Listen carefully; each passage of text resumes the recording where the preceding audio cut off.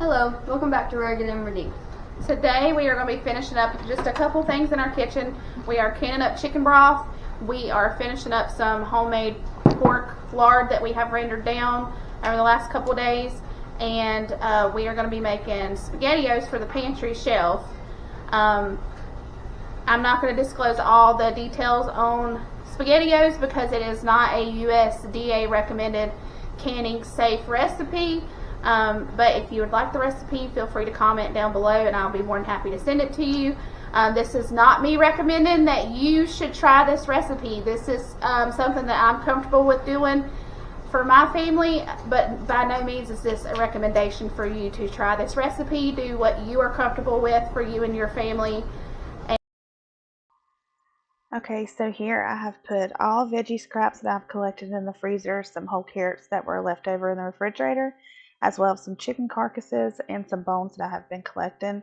I fill my roaster pan all the way to the top and turn it on about 350 and roast this for 48 hours before canning. Next, I'm getting pork lard ready to go in the crock pot, and I usually slow cook this for anywhere from 24 to 48 hours, depending on other projects I have going on around the house.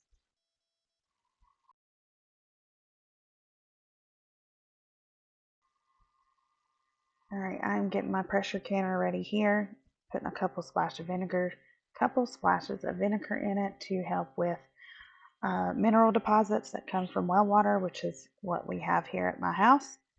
This will help just keep little spots and residue coming up on the tops of the lids. Not that it will hurt anything.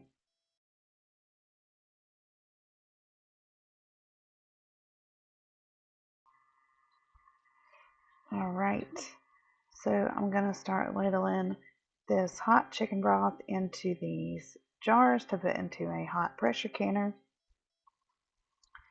You want to fill these jars up to a 1-inch headspace. So as I'm filling these jars to put in the pressure canner, Carmen is getting distilled vinegar on a rag to wipe the rims of these canning jars. If any of the liquid got on the rims, you want to be sure you get all that off before placing a seal on those. Any type of fat or debris on the rims will keep the seals from sealing in the pressure canner.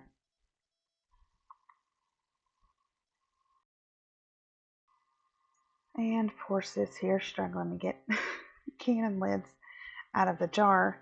It all but whooped her, but she is finally getting the jar lids put on, and you want to twist your rings to fingertip tight before placing them in the canner.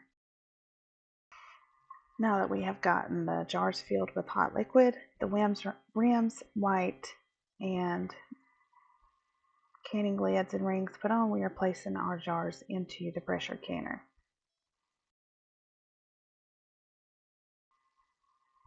We are moving right along into our next project for today. We are making the sauce for SpaghettiOs.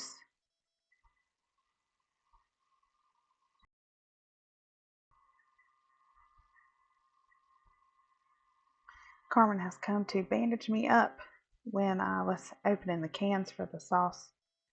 I ended up getting in a fight with the lid of the tomato sauce and cut my hand open.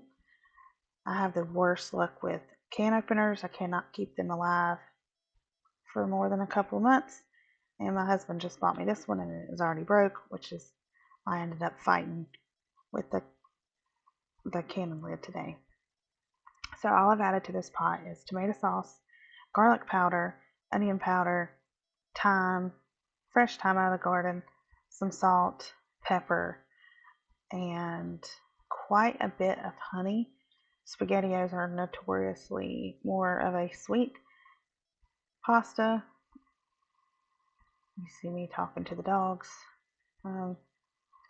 This is the honey that I added to the jar. You will notice this honey is very dark. My husband and I actually bought this at an estate sale. It was still canned and had it for a couple years now, and we've been using it in cooking and baking.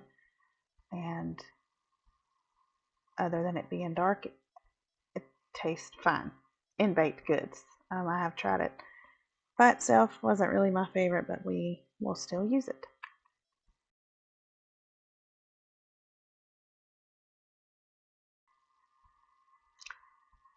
So now I'm getting the pasta dumped in a bowl so I can measure out what I need for each pint-sized jar. These are noodles that I got off of Amazon. I found them in bulk. They are alphabet noodles, and I paid a really good price for them. So for these noodles, I will be putting, the recipe calls for a half a cup, and I did that for this round of noodles, but going back, I would only do a fourth of a cup per jar, and then add the sauce.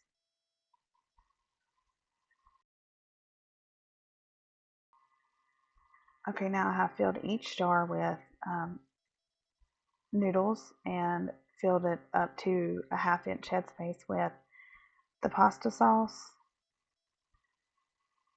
And that is what they look like. I debubbled them. The recipe says you can shake them. I did both. Wait. Okay. Alright, we're taking these SpaghettiOs out of the canner. And so far they look pretty good.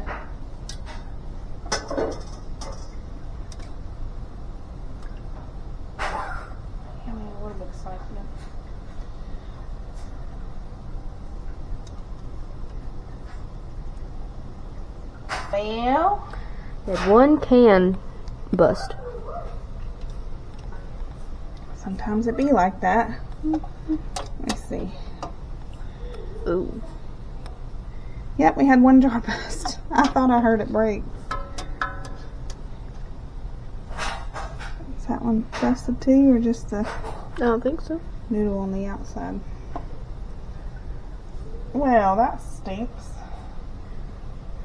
What happens? Okay. What a mess. So you'll see here that I had a jar bust in the pressure canner, which has only happened to me one other time, but I suspect that maybe I filled this jar a little too much with noodles. This is why I was saying if I could go back, I would only put a fourth of a cup of noodles in these jars instead of a half cup. I just think it was a little too much for the pressure canner, or it was a little too much for the jar in the pressure canner, but in all, things happen.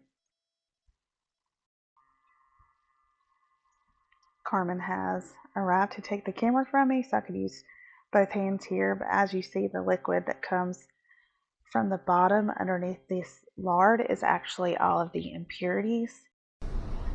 Okay, so I canned up, well, I didn't can it, I just stuck it in mason jars.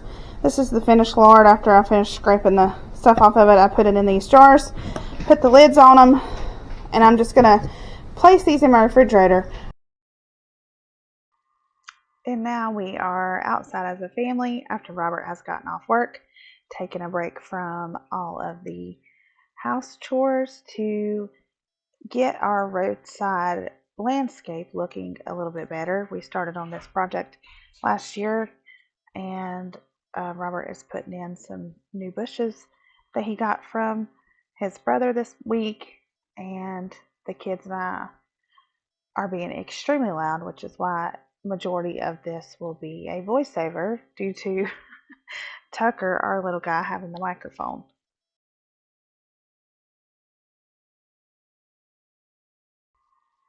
So while you're watching Robert dig holes and put plants in them, I just want to take this time to say thank you for watching our video. The next couple clips that you will see are bloopers, and Tucker made a special part that just had to be in the video, so I hope you enjoy. Can you just pause this video for a second? See, you didn't see that. Let's, I want it. Oh, great.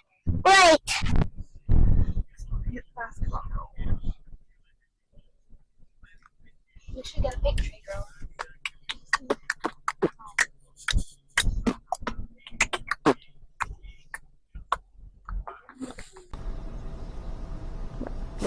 Is it going? Mhm. Oh yeah, it's counting. What was I gonna say?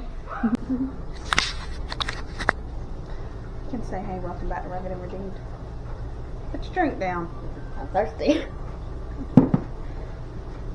Hello, welcome back to Rugged and Redeemed. That's your turn. I'll say it again. Sorry. Help. Just stand. Go. Alright, I'm going to take this out of here and let it cool off a minute. Alright, well, I'm going to get this mess cleaned up from this busted jar, but thank you for watching today's video. If you want any of the recipes from today or more detailed instructions on rendering your own pork lard, making your own chicken broth, or you can comment recipe down below and I can send you the recipe for the SpaghettiOs. Hey!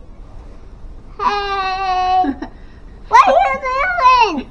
Watch our channel! That's it for today's video. We'll see you next time. Wait, no!